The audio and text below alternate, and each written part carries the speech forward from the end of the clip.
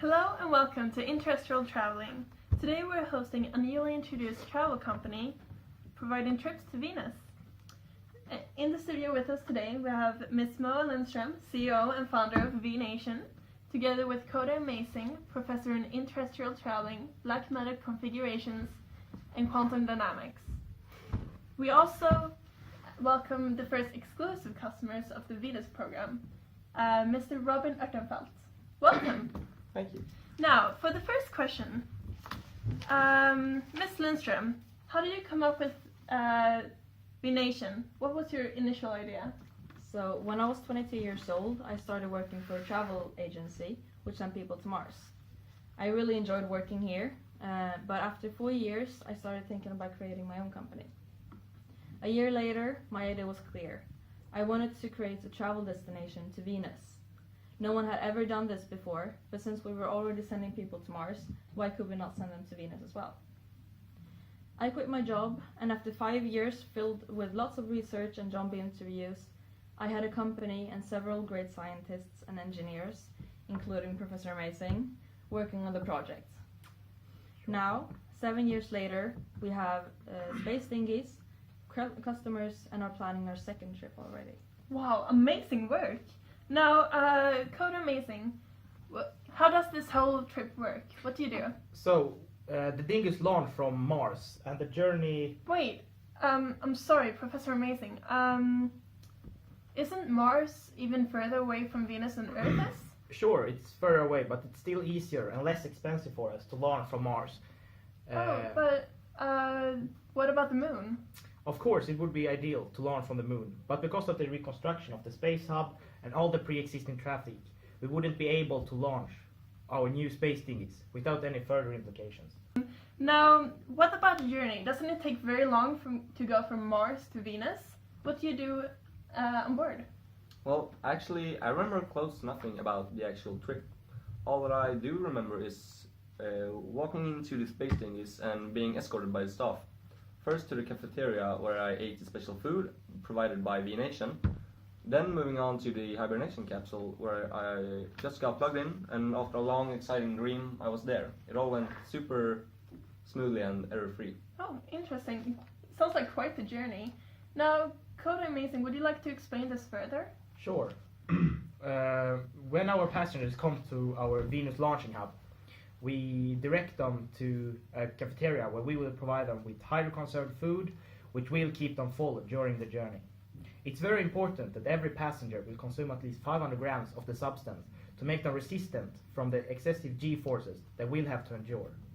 Our hydro-conserved food will also reduce sickness during the awakening at the end of the trip. When the passengers are full and ready, we give them new clothes and lead them to the dinghies. Inside the V Nation space dinghies, we have special hibernation pods which will let the passenger fall asleep and stay unconscious during the trip. Interesting. Now, I've always wondered, how does this hibernation experience work? Yeah, well, we studied bears and their hibernation process day and night for about 4 years, until we finally was ready to create our own type of hibernation, which includes hypothermal feet warmers as well as chronically diseased bacteria, which plants fake memories about the trip to Venus. Our newly renovated space dinghies with the latest Inferno engine technology will make the trip to a blast. Wow, cool. Thank you so much for sharing your expertise, Code Amazing. Thank you. And your experiences as well, Robin Ertenfeldt. So after arriving at the Venus Welcome Hub at Lavinia Planitia, the customers will get to make themselves at home before starting to explore Venus to the fullest. Now, Moa Lindström, you provide trips to Venus. What are your most popular trips? The activities with most applications are the Alien Safari, the lava paddle boarding, and the giant Belgian blue Pegasus fly race. We are planning to add more activities, which will be announced before the year ends. Wow, that sounds really cool. Robin Ertenfeldt, you were there at first hand. Mm-hmm. What was the most exciting experience there? Well, my personal favorite has to be the Pegasus flying.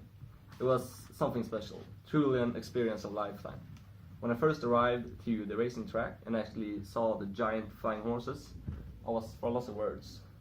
And then when I finally mounted them and the start signal shot, oh my god, the rush. You really felt the immense power beneath you, like nothing else. Truly amazing. Wow, sounds like a life-changing experience. Yeah, it was.